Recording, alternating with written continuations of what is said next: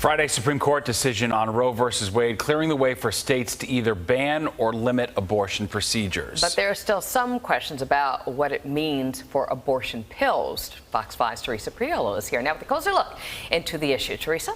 Yeah, Lori and Steve, according to the abortion rights outlet, the Guttmacher Institute, 54% of all abortions carried out in the U.S. in 2020 were by abortion pills. That is a 2-medication regimen that blocks progesterone, which is crucial for pregnancy. The Justice Department wants women to know these medications are available and safe, but at least 30 states are attempting to ban or restrict access to them. In tossing the issue of abortion back to the states, the Supreme Court may have attempted to settle the issue. But in some places, there is more confusion, specifically around the issue of medical abortions or the abortion pill. When they first established the use of the abortion pill, they weren't approving it for anything other than an in-office visit. They permanently approved it for mail order use and at-home use. The move to make the 2-drug regimen available to any pregnant person without the need for an in-office clinical visit came during the pandemic when everyone was using telemed.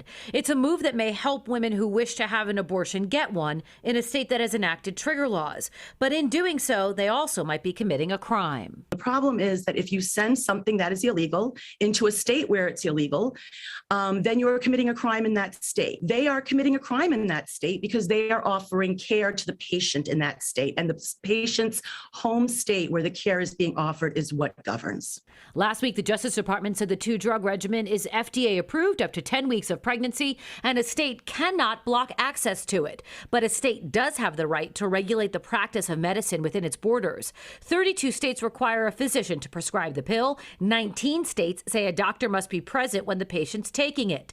3 states have banned the mailing of pills, and South Dakota requires 4 trips to a clinic before the pills can be obtained. And while you do have the right to withhold this medical information if the pill gives you complications, that presents an entirely new set of challenges. You certainly have no legal obligation under any other law to tell people what your health situation is, even when you're receiving health care. The problem is, how effective is that health care going to be when they don't know that the reason that you're bleeding or whatever you're going through is because of a very specific medication?